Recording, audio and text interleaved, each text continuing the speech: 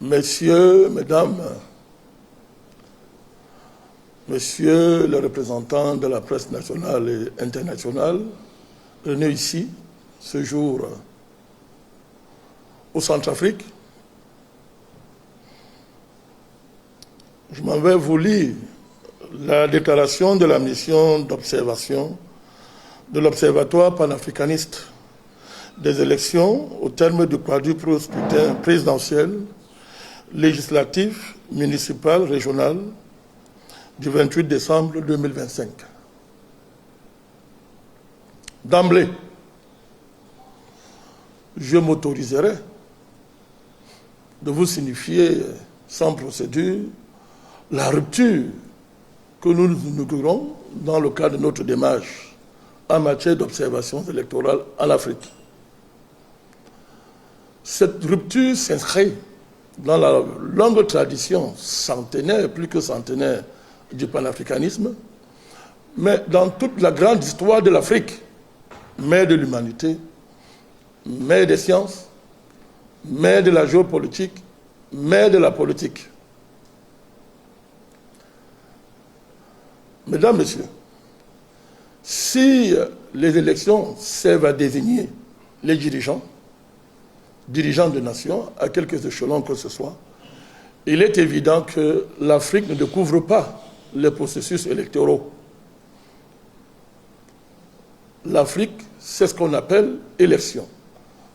L'Afrique, c'est ce qu'on appelle désignation des dirigeants. L'Afrique est la mère de tous les mécanismes et processus qui ont longtemps permis aux États africains d'exister, de gouverner, de préserver la paix dans leurs différents territoires, bref, de faire œuvre de civilisation en général et de civilisation politique. De ce point de vue, l'Afrique est dépositaire d'un patrimoine historique en la matière qui devrait normer, inspirer et gouverner la pratique électorale dans notre continent. Après avoir observé durant des décennies que les élections classiquement organisées débouchaient sur des troubles, des guerres civiles, des déstabilisations des États, débouchaient sur la dislocation des sociétés et sur l'affaiblissement des autorités élues, notre observatoire a décidé d'imposer, de présenter une nouvelle dynamique en matière d'observation électorale sur notre continent. Bien évidemment, il n'est pas question de ne pas tenir compte des éléments de l'apport de toutes les théories classiques, que ce soit les éléments de doctrine, que ce soit les éléments liés à la technicité ou à la juridicité, bref, tous les apports des systèmes classiques en matière d'organisation des élections que la modernité nous a apportés. Et dans ce sens ici, je voulais précisément parler, convoquer ici tous les principes internationaux en la matière, les principes de l'organisation de l'OUA et de tous les organismes internationaux, sous-régionaux et régionaux qui s'intéressent à la question électorale.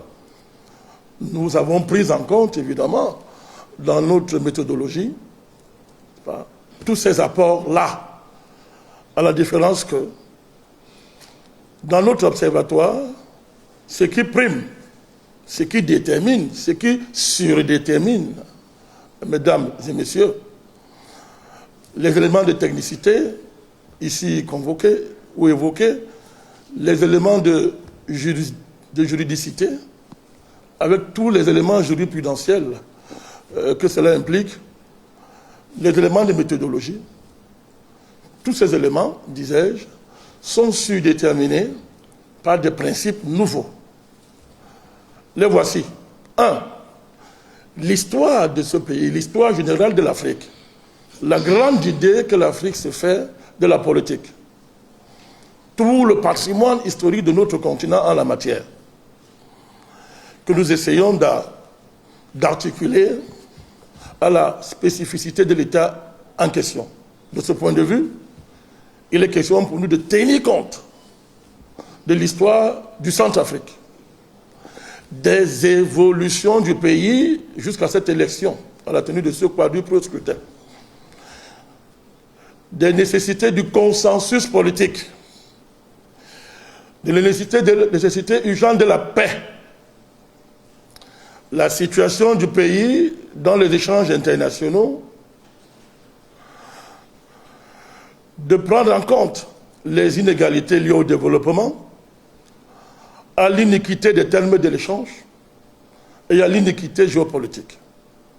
Ces éléments-là instruisent le procès de méthodologie qui nous ont permis de nous mouvoir au Centrafrique. Ceci dit, la mission d'observation de l'OPANEL a été constituée, c'est classique, d'un chef de mission et d'une dizaine de superviseurs des équipes d'observation dans le Grand Bangui et dans près d'une vingtaine de préfectures dans le pays. Chaque superviseur avait en charge évidemment la coordination d'équipes constituées d'agents de terrain disposant évidemment de moyens de locomotion pour sillonner les territoires en question. Constitué aussi par la formation préalable de ces agents de terrain, par un panel d'experts le 26 et 27 décembre 2025, via le réseau social Team dûment installé sur les smartphones mis à la disposition pour les besoins de la cause. Les sessions de formation portaient sur la maîtrise du cadre juridique des scrutins concernés, ainsi que les techniques d'observation de la mission d'observation, le panel. La formation s'est terminée, je vous en prie, avec la ventilation d'un ensemble de grilles d'observation. La grille d'observation des élections comporte évidemment le recueil d'informations sur le respect des dispositions légales prévues par la loi numéro 24-007 du 2 juillet 2024 portant code électoral en République centrafricaine. Afin d'assurer une couverture optimale, les agents d'observation étaient dotés de moyens de locomotion adéquats, ce qui a permis un taux de couverture de près de 96% des bureaux de vote dans le pays et de préparer la phase d'observation des dépouillements. En ce qui concerne celle-ci, les agents d'observation ont travaillé avec des personnes ressources à partir desquelles ils ont pu assurer une couverture optimale des bureaux de vote jusqu'à 4 heures du lundi 29 décembre 2025. La transmission des données de terrain des différents agents d'observation au superviseur a permis de dresser ce rapport préliminaire que résume la présente déclaration. Sur le plan légal, des heures de début et de fin, selon le code électoral centrafricain, les opérations de vote couvrent une période de 12 heures à partir de 6 heures du jour indiqué à la convocation du corps électoral par le président de la République. Sur l'ensemble des bureaux de vote observés, ce principe a été respecté. Le président du Conseil constitutionnel, d'ailleurs, ayant consacré cette disposition par une prise de parole claire et sans embâche, relayée dans les médias nationaux et internationaux. Ainsi, les retards observés dans presque 15% des bureaux de vote du pays n'ont pas été d'un impact déterminant sur la qualité et la légalité des opérations liées au scrutin. De la représentation des candidats par leurs mandataires, ce principe a été respecté par l'ensemble des parties prenantes au scrutin, les présidents de bureaux de vote ayant rassuré en la matière une police en conformité avec le code électoral en vigueur. À propos des urnes scellées, dans 100% des bureaux de vote visités, les urnes étaient scellées conformément au code électoral centrafricain et chacune dédiée à une élection spécifique, dûment renseignée par un moyen écrit et visible de tous. Des isoloirs. Ce principe a été respecté